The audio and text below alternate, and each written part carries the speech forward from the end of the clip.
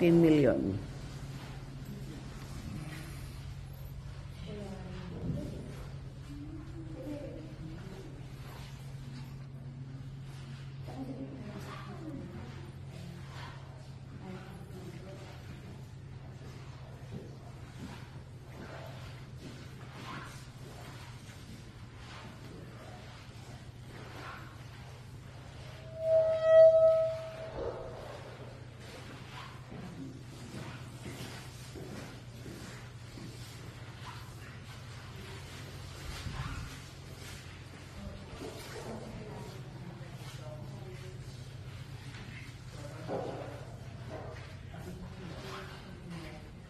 Okay po, dito na po gawa sa Las Casas. Kasi po, imbis na bumili ng mga furniture, mga pag-design sa bahay, ang ginawa po nila Mr. Amosar, nag-hire sila ng mga skilled workers from different provinces din po.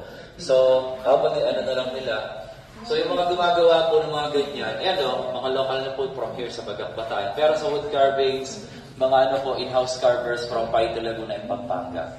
Kasi nga raw po, karamihan ng mga magagaling na carvers sa Pilipinas can be found in Paite, Laguna, and Pampanga. Po.